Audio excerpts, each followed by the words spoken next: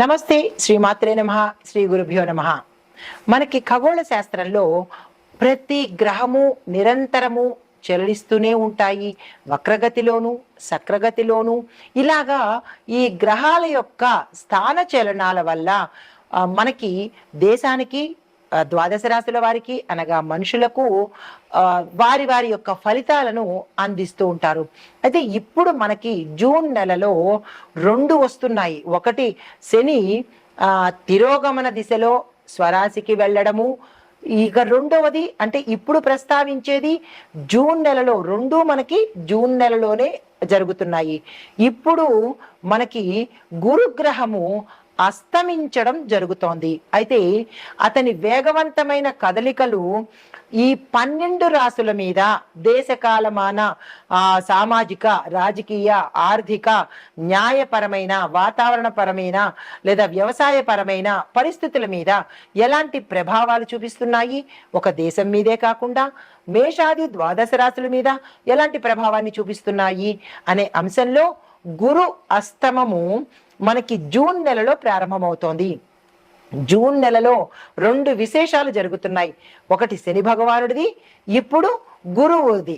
ఇప్పుడు మనం ప్రస్తావించుకునే అంశము గురు అస్తమ సమయము. అయితే ఈ గురు అస్తమ సమయం ఎప్పుడు జరుగుతోంది? జూన్ 9వ తారీఖున 2025 గురుగ్రహము మిథున రాశిలో అస్తమిస్తున్నాడు. ఎప్పుడైతే ఇది జ్యోతిష శాస్త్రంలో ఈ అస్తమయాన్ని శుభప్రదంగా మనం పరిగణన చేయము, ఇది ఒక చెడు క్రియగా మనం పరిగణలోకి తీసుకుంటామన్నమాట. అయితే ఎందుకు అంటే కనుక గురువు ధర్మము, జ్ఞానము, ఆర్థిక స్థిరత్వానికి కారకుడు అనమాట. ఎప్పుడైతే ఇతను అస్తమించాడో కొన్ని కదలికలు మంచిగా ఉండబోవడం లేదు. అవి ఏమిటి అనేది చూద్దాము. అయితే ఈ గురు కదలికలు మనకి 2025 గురు మే 15న మిథునంలో ప్రవేశించాడు. గత నెల 15వ తారీఖున మిథునంలోకి ప్రవేశించి ఈ జూన్ 9న మిథునం నుంచి కర్కాటకంలోకి మారుతూ ఎప్పటి వరకు ఉంటాడు? డిసెంబర్ 4వ తారీఖు వరకు, అనగా June, July, August, September, October, November, December 4వ తారీఖున మళ్ళీ మిథునంలోకి రివర్స్ లో ట్రాన్సిట్ అవుతాడనమాట. ఇది చాలా విశేషమైన ట్రాన్సిషన్. ఇది ఎప్పుడు జరగనటువంటిది అనమాట, ఇన్ని నెలలు అనేది. అయితే ఈ కదలికలతో ఒక ఎత్తు అయితే కనుక ఇదే నెలలో అనగా జూన్ నెలలో 7వ తారీఖున శని తిరోగమనం చేస్తున్నాడు. ఎప్పుడైతే శని తిరోగమనం చేస్తున్నాడో అది దాని గురించిన ప్రస్తావన మనం తర్వాత చెప్పుకుందాము. అయితే ఆర్థిక వ్యవస్థ మీద, వ్యవసాయం మీద, ప్రభుత్వ విధానాల మీద ఈ ప్రభావం చూపిస్తుంది. ఇప్పుడు మనం ప్రస్తావించుకునే అంశం ఏంటంటే గురు అస్తమయ సమయము. ఈ గురు అస్తమయ సమయము మేషాది ద్వాదశ రాశుల వారికి ఎలాంటి ప్రభావాన్ని చూపిస్తోంది, వ్యక్తిగతంగాను లేదా ఆ రాశిలో ఉండే ప్రతి ఒక్కళ్ళకి ఎలాంటి శుభాశుభ ఫలితాలు ఉంటున్నాయి, పరిహారాలు ఎలా ఉంటున్నాయి, ఏమిటి చెయ్యాలి అనే అంశాలని మనం ఇప్పుడు చూడబోతున్నాం. ఇప్పుడు గురు అస్తమ సమయం మనకి జూన్ 9వ తారీఖు 2025న గురు మిథున రాశిలోకి అస్తమయం చెందుతున్నాడు. మిథున రాశిలో నుంచి కర్కాటకంలోకి ప్రవేశం చేస్తూ అస్తమయం కూడా జరిగే అవకాశం కనబడుతోంది. అయితే ఈ విశేషము మేషాది ద్వాదశ రాశుల వారికి ఎలా ఉండబోతోంది అంటే కనుక ఈ గురు అస్తమయం మనకి జూన్ 9వ తారీఖున జరగబోతోంది.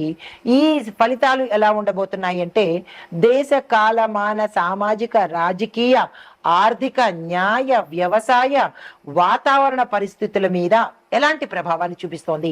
ఇందాక మనకి ఇప్పుడు మేషరాశి వారికి అంటే ద్వాదశ రాశుల వారికి, మనుషులకే కాకుండా దేశాల్లో ఉండే పరిస్థితులకు కూడా ఈ యొక్క గ్రహాల ఫలితాలు ఉంటాయి అని చెప్పడానికి ముందుగా ఆర్థిక పరిస్థితి చూసుకున్నట్టయితే బ్యాంకింగ్ రంగంలో అస్థిరత ఏర్పడుతుంది. అంటే ఒక స్థిరమైన పాలసీస్ అనేవి ఉండవు. స్టాక్ మార్కెట్లో ఒడిదుడుకులు కనబడుతున్నాయి, అంటే ఫ్లక్చుయేషన్స్, ఒకసారి హై ఒకసారి లో, ఇలాంటివి కనబడుతున్నాయి, జాగ్రత్తలు తీసుకోవాలి. అయితే రాజకీయ పరంగా చూసుకున్నట్టయితే కనుక నాయకత్వాలలో మార్పులు రావడము, ప్రభుత్వ విధానాల్లో కూడా మార్పులు, అమెండ్మెంట్స్, చేంజెస్ కూడా కనబడుతున్నాయి. అయితే వ్యవసాయ పరంగా చూసుకున్నట్టయితే కనుక వర్షాభావము, కొన్ని చోట్ల వర్షం ఉండడము, కొన్ని చోట్ల వర్షం లేకపోవడము, పంటల దిగుబడిలో తగ్గుదల కనబడుతోంది. అంటే రైతులకు ఇది చాలా కష్టమైన కాలము. 100 బస్తాల దగ్గర 50 బస్తాల పంట మాత్రమే వచ్చే స్థితి కనబడుతోంది. బికాజ్ ఆఫ్ మనకి వర్షం లేకపోవడం వల్ల దానికి రైతులు ప్రత్యామ్నాయ మార్గాలు తప్పనిసరిగా చూసుకోవాలి. అయితే వాతావరణం పరిస్థితి చూసుకున్నట్టయితే కనుక సునామీ రావడము, తుఫాన్లు వంటివి ప్రకృతి విపత్తులు, ప్రకృతి వైపరీత్యాలు యొక్క ప్రమాదము మనకి పొంచి ఉంది, జాగ్రత్తలు తీసుకోవాలి. సామాజిక పరంగా చూసుకున్నట్టయితే ప్రజలందరూ కూడా మానసిక ఒత్తిడి, అశాంతికి గురవ్వడము, ఆరోగ్య సమస్యలు ఎక్కువగా ఉండే అవకాశాలు ఇక్కడ ప్రస్ఫుటంగా కనబడుతున్నాయి, జాగ్రత్తలు తీసుకోవాలి. అయితే సలహాలు ఏంటంటే సమస్యలు అయితే ఉన్నాయి, మరి దానికి సంబంధించిన ప్రత్యామ్నాయాలు ఏంటంటే ఆధ్యాత్మిక సాధన, ప్రతి ఒక్కళ్ళు ధ్యానము, యోగము, జపము, దైవ భక్తి పెంపొందించుకోవాలి. మోసాలకు దూరంగా ఉండే ప్రయత్నం చేయండి. నమ్మిన వారిని మోసం చేసే ప్రవర్తన నుంచి మార్చుకోండి. న్యాయబద్ధంగా ఉండే ప్రయత్నం చేసుకోండి. శని భగవానుణ్ణి ఎప్పుడూ గుర్తు పెట్టుకునే ప్రయత్నం తప్పనిసరిగా చేసుకోండి. అయితే ఆరోగ్య సంరక్షణ చేసుకోవాలి అంటే కనుక ఆహారంలో నియమాలు పాటించండి. ఎక్కడ పడితే అక్కడ తినేయకుండా, ఏది పడితే తినేయకుండా ఆహారంలో నియమ నిబద్ధతలు పెట్టుకోండి. తరువాత వ్యాయామం చేయండి, ఎక్సర్సైజ్ చేయండి. తినేయడం పడుకోవడం కాకుండా, లేదా అంటే తినేయడము ఊరుకోవడం కాకుండా శరీరానికి తగిన శ్రమను ఇచ్చే ప్రయత్నం చేసుకోండి. అయితే ఆర్థిక నియంత్రణలో ఎలా చూసుకోవాలంటే కనుక ఖర్చులను నియంత్రించుకోండి, పొదుపును ఎక్కువగా పెంచుకునే ప్రయత్నం చేసుకోండి. తర్వాత సంబంధాలు, రిలేషన్స్, అది ఫ్రెండ్స్ కావచ్చు, కుటుంబంలో కావచ్చు, ఎవరైనా కావచ్చు, సంబంధాలని పరిరక్షణ చేసుకునే ప్రయత్నం తప్పనిసరిగా చేసుకోండి. కుటుంబంలోనూ స్నేహితులతోనూ సమయం ఎక్కువగా గడిపే ప్రయత్నం చేయండి. వారి మాటకు విలువ ఇచ్చే ప్రయత్నం తప్పనిసరిగా చేసుకోండి.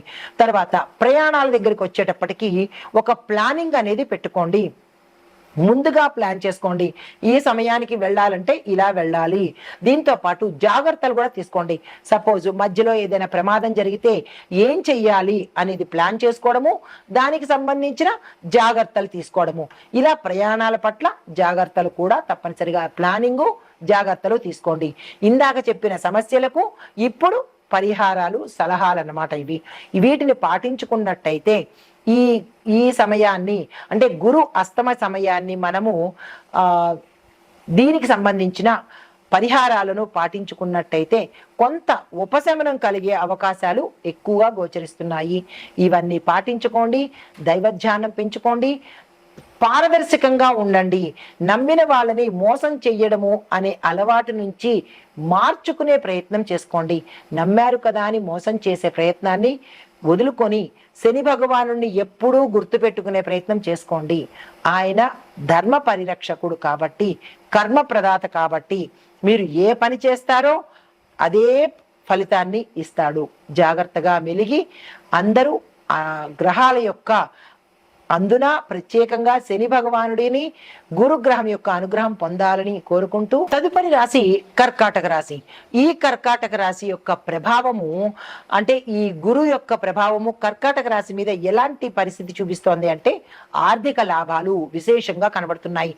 మీరు ఏ పని చేసినా అందులో ధనపరంగా లాభాలు వచ్చేటట్టే కనబడుతోంది. కాబట్టి ఇక్కడ ఈ సమయాన్ని వృధా చేసుకోకుండా పెట్టుబడులు పెట్టడానికో, లేదా అంటే ఏదైనా కొనుగోలు చేసుకోవడానికో ఈ సమయాన్ని వినియోగించుకునే ప్రయత్నం చేసుకోండి. తర్వాత కుటుంబంలో ఆనందకరమైన వాతావరణం ఉండడము, గతంలో ఏవైనా ఇబ్బందులు ఉన్నట్టయితే కనుక అవి తొలగిపోయి చక్కని అవకాశాలు ఈ సమయంలో కనబడుతున్నాయి. వివాహం కోసం ప్రయత్నం చేసినా, ఇల్లు వాకిళ్ళు కొనుక్కోవడం కోసం ప్రయత్నం చేసినా, వస్తు వాహనాలు కొనుక్కోవడం కోసం కానీ, ఇలాగ ఏదైనా నిర్ణయాలు తీసుకోవాలన్నా, భవిష్యత్తు కోసము ప్రణాళికలు వేసుకోవాలన్నా ఈ సమయము చాలా అత్యంత లాభదాయకమైన సమయము. దీన్ని అసలు ఈ రాశి వారు వృధా చేసుకోకండి. అయితే ఇక్కడ చెప్పదగినది ఏంటంటే ఏదైనా ఇన్వెస్ట్మెంట్స్ చేయాలన్నా జాగ్రత్తగా చేసుకోండి. అంటే లాభాలు వస్తాయి, కానీ చేసే సంస్థ ఎలాంటిది, లేదా అంటే అవతలి వారు ఎలాంటి వారు అనే విషయాన్ని కొంచెము గుర్తెరిగి జాగ్రత్తగా ఇన్వెస్ట్మెంట్ చేయండి. ఎంత అమౌంట్ చేస్తున్నాము, ఎవరి దగ్గర చేస్తున్నాము, ఆ కంపెనీయో లేదా ఆ మనిషో వారి యొక్క పూర్వాపరాలు తెలుసుకుని మీరు ఇన్వెస్ట్మెంట్ చేసినట్టయితే కనుక కొంచెం జాగ్రత్త వహించినట్టయితే లాభాలు వచ్చే అవకాశం కనబడుతోంది.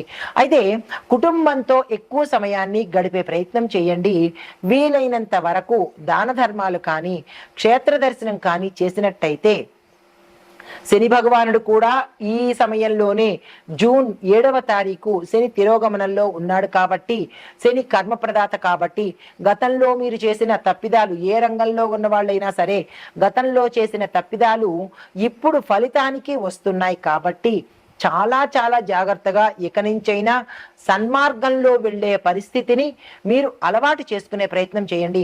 ఉద్యోగస్తులు కాదు, వ్యాపారస్తులు కాదు, లేదా కుటుంబంలో కాదు, బంధాలలో కాదు, లేదు అంటే కనుక రాజకీయ నాయకులు కాదు, ఇలా ప్రతి ఒక్కళ్ళు కూడా న్యాయబద్ధమైన పరిస్థితిలో కనుక నడిచినట్టయితే 7వ తారీఖు శని తిరోగమనం జరుగుతోంది, 9వ తారీఖు గురు అస్తమయం జరుగుతోంది. ఇద్దరూ ఒకే సమయంలో వస్తున్నారు. వారి వారి ఫలితాలను తీక్షణంగా ఇవ్వబోతున్నారు. Whether it is good or bad, వారి ఫలితాలను ఇస్తున్నారు. కాబట్టి చాలా చాలా జాగ్రత్తగా, ఇది కొన్ని నెలల పాటు సాగే ప్రక్రియ కాబట్టి చాలా జాగ్రత్తగా ఉండే పరిస్థితిని మీరు అలవాటు చేసుకోవాలి. ఇది ఈ రాశిలో ఉండే వారికి చెప్పదగిన పరిహారాలు, విశేషాలు. నమస్తే.